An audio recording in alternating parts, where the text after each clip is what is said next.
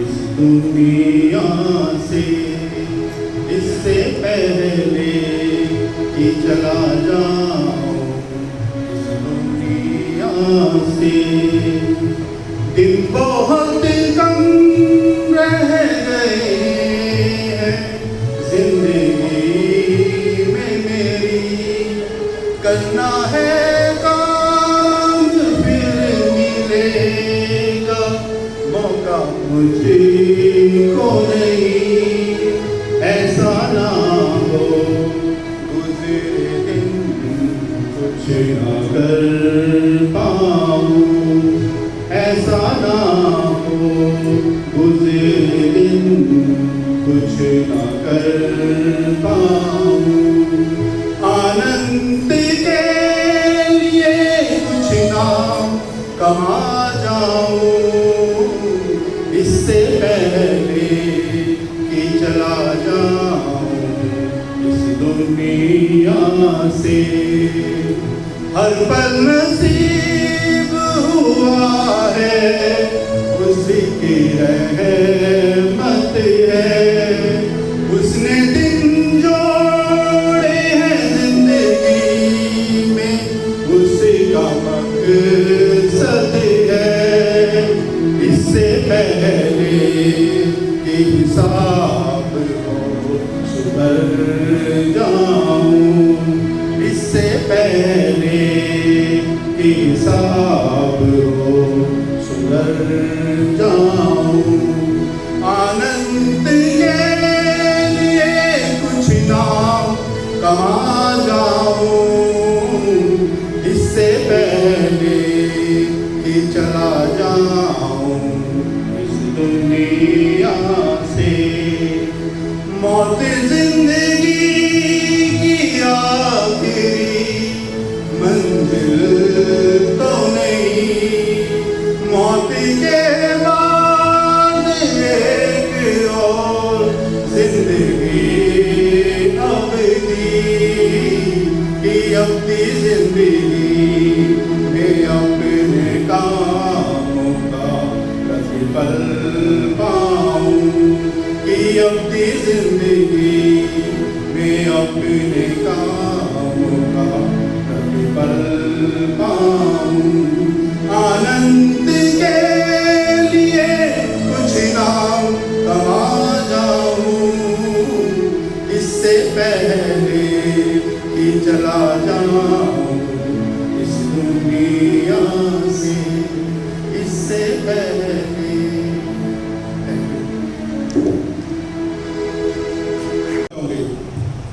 ये कोक की बोतल और ये होली बाइबल।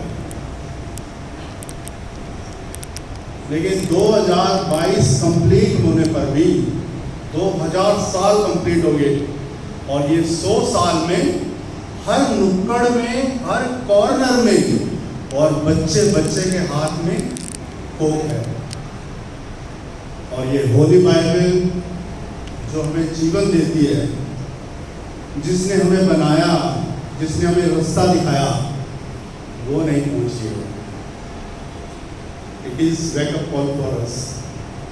जागरूक होने का टाइम है। यदि अभी भी हम नहीं जागे और परमेश्वर के बारे में जो अनंत जीवन हमें मिला है और जिस प्रकार से हमें संभाला है, यदि हम लोगों को नहीं बताते हैं, ये आनंद का सुसमाचार हम अपने पास रख लेते हैं और सोचते हैं कि हमें आनंद मिल गया, अब हम किसी को नहीं बताएंगे, तो ये बहुत बड़ा फॉल्ट होगा हमारी लाइफ में। और हम इसको कैसे करेंगे ये तो नहीं जानते, लेकिन हमें बताना है परमेश्वर के बारे में। बहुत सारे एग्जाम्पल होंगे, बहुत सारी बातें आपने सीख रखी हैं, बहुत सारे लोग मुझसे बहुत बड़े हैं, बहुत बच्चे भी हैं और कुछ मेरे साथी भी हैं।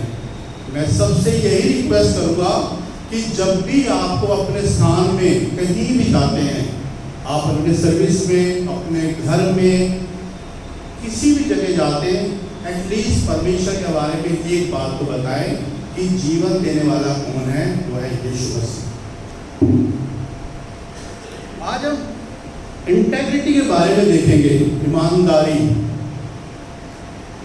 ईमानदारी क्या चीज है, क्यों इंपॉर्टेंट है लाइफ में, ये क्यों जरूरी है इतना कि इंटेग्रिटी के बारे में हमेशा बात करते हैं। ईमानदारी ईमानदारी ईमानदारी, क्या लोग इसको फॉलो करते हैं ईमानदारी को? हर छोटी बात में ईमानदारी साइड में रह जाती है और डिसऑनेस्टी हमारे फ्रंट में खड़े रहती है। हम चल से बाहर निकलते हैं, हमारा व्यवहार कुछ और होता है। फॉर एग्जाम्पल, जब हम लोग को दिखाते हैं, एक वर्ड है हिपोक्रेट जो है, दिखावा, बनावटी, वेयरिंग मास्क जो है वो कोटा पहना हुआ होता है। हमें दिखावा नहीं करना लाइफ में कि जो हम दिखते हैं वैसे ही दिखते हैं, जो हम नहीं हैं और दिखाने की कोशिश करते हैं वो सरासर रॉन्ग होगा लाइफ में। हम किसको धोखा देते हैं? यदि हम डार्क में परमेश्वर से प्रार्थना करते हैं तो हमसे सुनता हमारे साथ, वो हमें देखता है, और हम डार्क में ही जाकर अगर चोरी भी करते हैं, कोई नहीं देखेगा यदि हमें, ये हम सोचते हैं, तो ये हमारी बहुत बड़ी गलती होगी। हम जैसे हैं वैसे ही दिखें, ये नहीं हम चाहते हैं, मैं भी अपने लिए कह रहा हूँ, ये जो एक तरफा होती है तो चार तरफ मेरी तरफ भी है। दिखावा ना करें कभी भी ना दिखावा करें, ये तो इंपॉर्टेंट थिंग्स है लाइफ में। हम जानेंगे इंटेग्रिटी के बारे में। All means life is not divided into compartment, segments, integrity from integer, all numbers and not a fraction.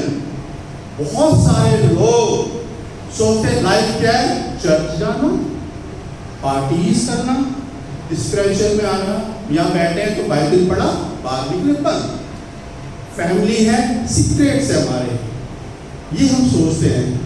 क्या जीवन क्या कंपार्टमेंट में बटा हुआ है? ऐसा तो नहीं है। ये जीवन जो दिया हुआ वन टाइम ही दिया हुआ है।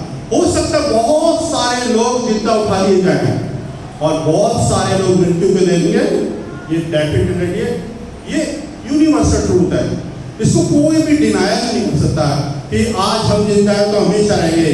हो सकता है कुछ आमोस की तरह बन जाएंगे, उस एरिया की तरह बन जाएंगे जो परमेश्वर उनको अपने साथ ले जाएगा, लेकिन ज्यादातर को मृत्यु देखनी पड़ेगी। तो हमारी तैयारी कैसी है, ये हमें अपने अंदर देखना है, हमें किसी को नहीं बताना है। परमेश्वर से प्रार्थना करना अकेले करना है।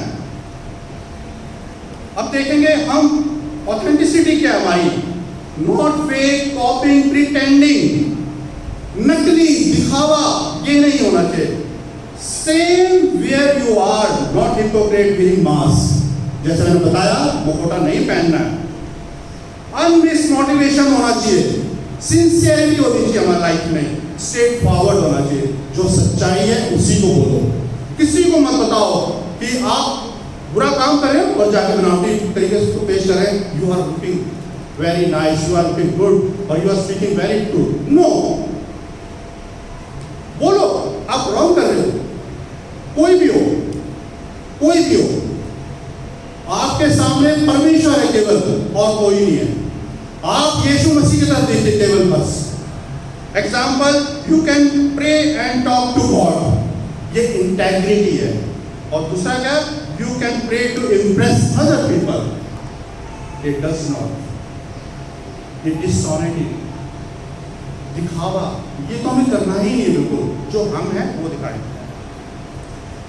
लेकिन वास्तव में हम क्या करते हैं, क्या सोचते हैं और क्या करते हैं जब किसी को पता नहीं चलेगा, ये वास्तविक है।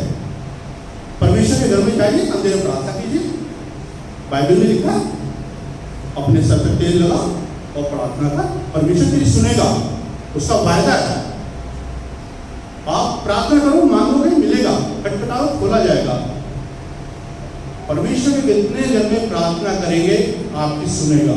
यदि आप बहुत जोर से ढंडोरा पीट के, ढोल पीट के प्रार्थना हम करेंगे, नो, टोटली रॉन्ग लाइफ में।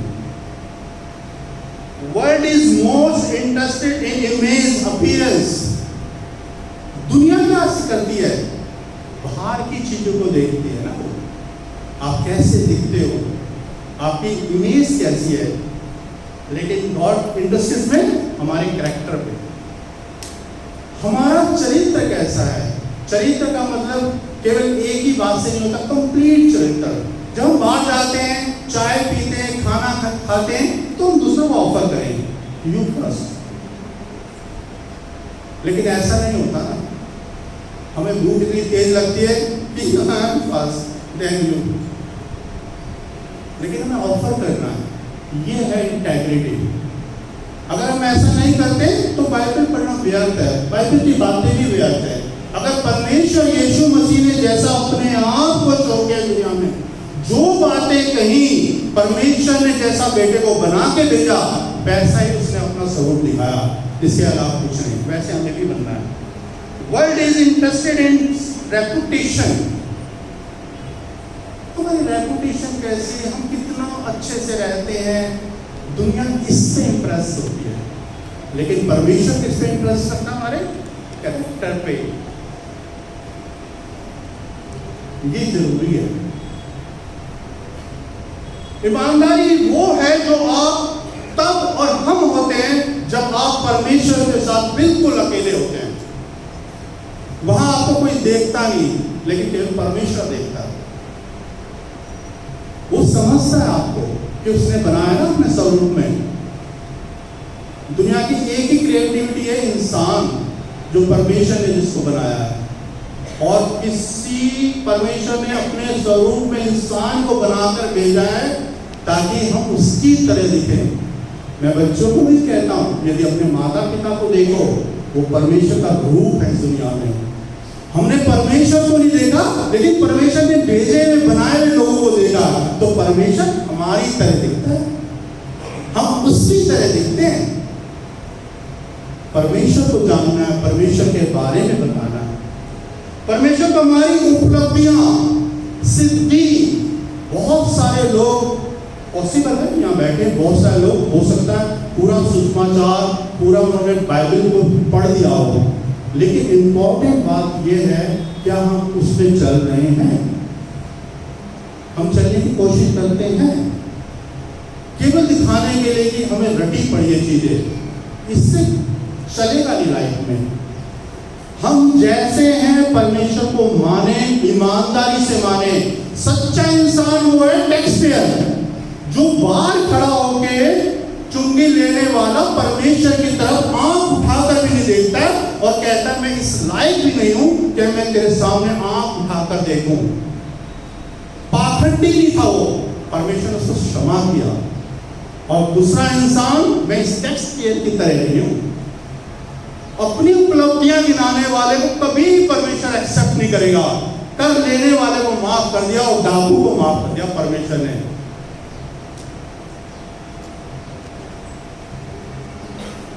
परंतु यहोवा ने शमूएल से कहा, ना तो उसके रूप पर दृष्टि कर और ना उसके कद की ऊंचाई पर, क्योंकि मैंने उसे अयोग्य जाना है।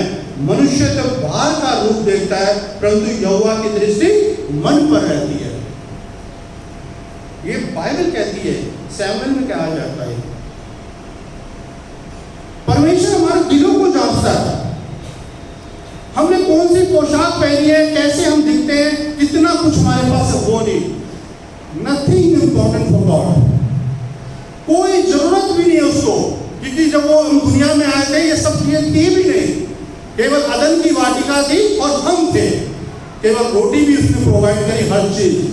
ये सारी चीजें यहीं रह जाएंगी। आज के दुनिया में एग्जाम्पल देख रहे हो, अगर हम नॉर्थ की तरफ ऊपर आप उठा के देखें, पिछले दिनों में बहुत सारी घटनाएं घट रही है, वो एग्जाम्पल है। ये टाइम है सोचने के लिए, समझने के लिए।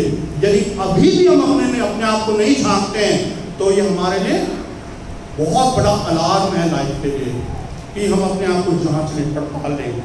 मैथ्यू में लिखा है, blessed are the pure in heart, for they shall see God. धन्य है वे लोग जिनके मन शुद्ध हैं, क्योंकि वे परमेश्वर को देखेंगे। आगे blessings of integrity, personal confidence आता है इसमें। जितने लोग सच्चाई के रास्ते पे चलते हैं, उनका पर्सनल कॉन्फिडेंस जबरदस्त होता है। वो मैं जानता भी एक दो लोगों को। यदि आपके अंदर अपने लिए कुछ नहीं पाने की इच्छा है और आप सच्चाई के रास्ते पे चलते हो, आपको कोई इंसान नहीं रोक सकता कि परमेश्वर आपको बताएगा आप कैसे चलना चाहिए। यदि सच्चाई के रास्ते पे चलोगे आपको सब चीजें मिलेगी। बाइबल कहती है, मैं नहीं कहता, मेरी खोज में लगे हुए ये दुनिया की तमाम चीजें मैं आपको दे दूंगा। परमेश्वर के पास भी टेम्पटेशन आया था 40 डेज में, और टेम्पटेशन में परमेश्वर को बुलाया गया शैतान के थ्रू, क्योंकि वो भी टेबल में बैठा प्लानिंग में। लूसीफर ऐसा छोटा मोटा आदमी नहीं था, वो भी टेबल पे था प्लानिंग में, परमेश्वर की योजना में। जब उसको नीचे गिरा गया तो उसने कहा मैं करूँगा सबको दुनिया के लोगों की। लेकिन यीशु मसीह किसी चीज़ में बहकावे नहीं आया। टेम्पटेशन तो आएगा लाइफ में, एवरी डे आएगा, एवरी मोमेंट पे आएगा आपकी लाइफ में, लेकिन डिग मगाना नहीं है। आपको सेल्फ कॉन्फिडेंस के साथ खड़े रहना है। जो कड़ाई से चलता है वह निडर चलता है, परंतु जो टेढ़ी चाल चलता है उसकी चाल प्रकट हो जाती है। प्रोवर्ब्स में कहता है 11:3 में, सीधे लोग अपनी खराई से अगुवाई पाते हैं। नंबर 2 है लास्टिंग लेगेसी।